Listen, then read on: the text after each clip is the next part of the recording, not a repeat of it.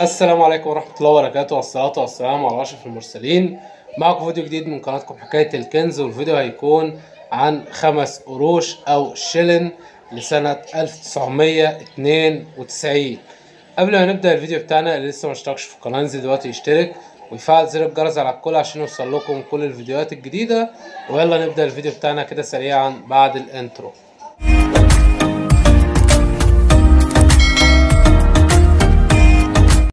ورجعنا لكم تاني ومعانا الشلن أو 5 قروش سنة 1992. لو جينا قلبنا العملة كده مش كده مظبوطة اهي، نقلب العملة كده بتلاقي الكلام مقلوب. الكلام اللي مقلوب ده مش خطأ سك ولا حاجة، هو الإصدار صحيح 100%. عشان ناس كتير جدا تسأل هل ده خطأ سك ولا لا، أقولك الإصدار صحيح 100%. طيب ال5 قروش دي أو الشلن لسنة 1992 سعره كام؟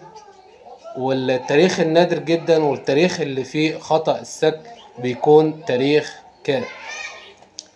خلينا متفقين ان تاريخ 1992 بالنسبة بقى ل5 قروش او 10 قروش او ربع جنيه اللي هو المعدن او ال20 قرش، الحاجات دي كلها بتاريخ 1992 دي سعرها بيدخل في اسعار الكيلو. ولكن تاريخ واحد معين بيكون مطلوب هو اللي بيخلي سعر العملة ممكن تتراوح معاك لحد 5000 جنيه وال10,000 جنيه مصري حسب حالة العملة. طيب التاريخ النادر جدا هو كام؟ التاريخ 1991، وده التاريخ الخطأ السك. حد هيسأل يعني ايه تاريخ خطأ سك؟ تاريخ الخطأ السك هو أصدر منه كمية قليلة جدا وتم سكها في السوق، لكن تاريخ 1992 ده تاريخ صحيح 100% وموجود منه كميات كبيرة جدا في السوق. الحاجات ديت اللي هي تاريخ 1992 اللي هو التاريخ ده بيدخل في سعر الكيلو. تاريخ 1992 الحاجات دي بتدخل في سعر الكيلو، لكن اللي معاه تاريخ 1991 ده تاريخ خطأ سك، وده اللي بيصل معاك سعره من 5000 جنيه لحد 10,000 جنيه مصري.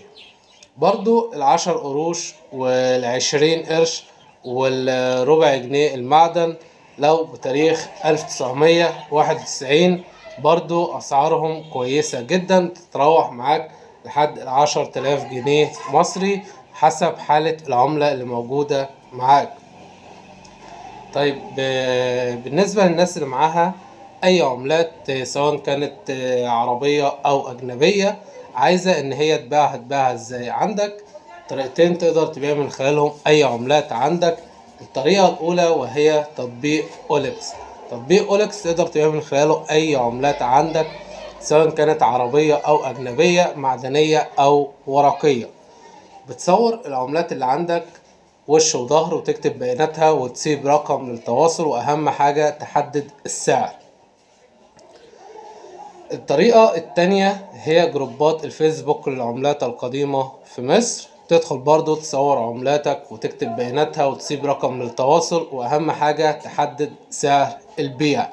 طيب بالنسبة للناس اللي هي معاها عملات من النوادر وحابة ان هي تدخلها مزاد، في الحالة ديت بتبدأ مزاد على جروبات الفيسبوك للعملات القديمة في مصر.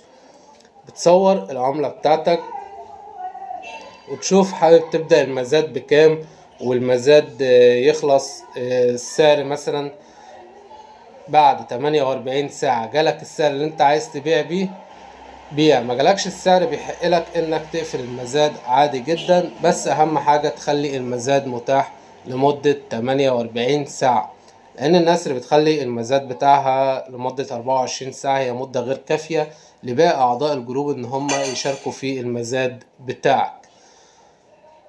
بعد ال 48 ساعة جالك السعر اللي انت عايز تبيع بيه بتبيع، ما جالكش بيحقلك انك تقفل المزاد عادي جدا.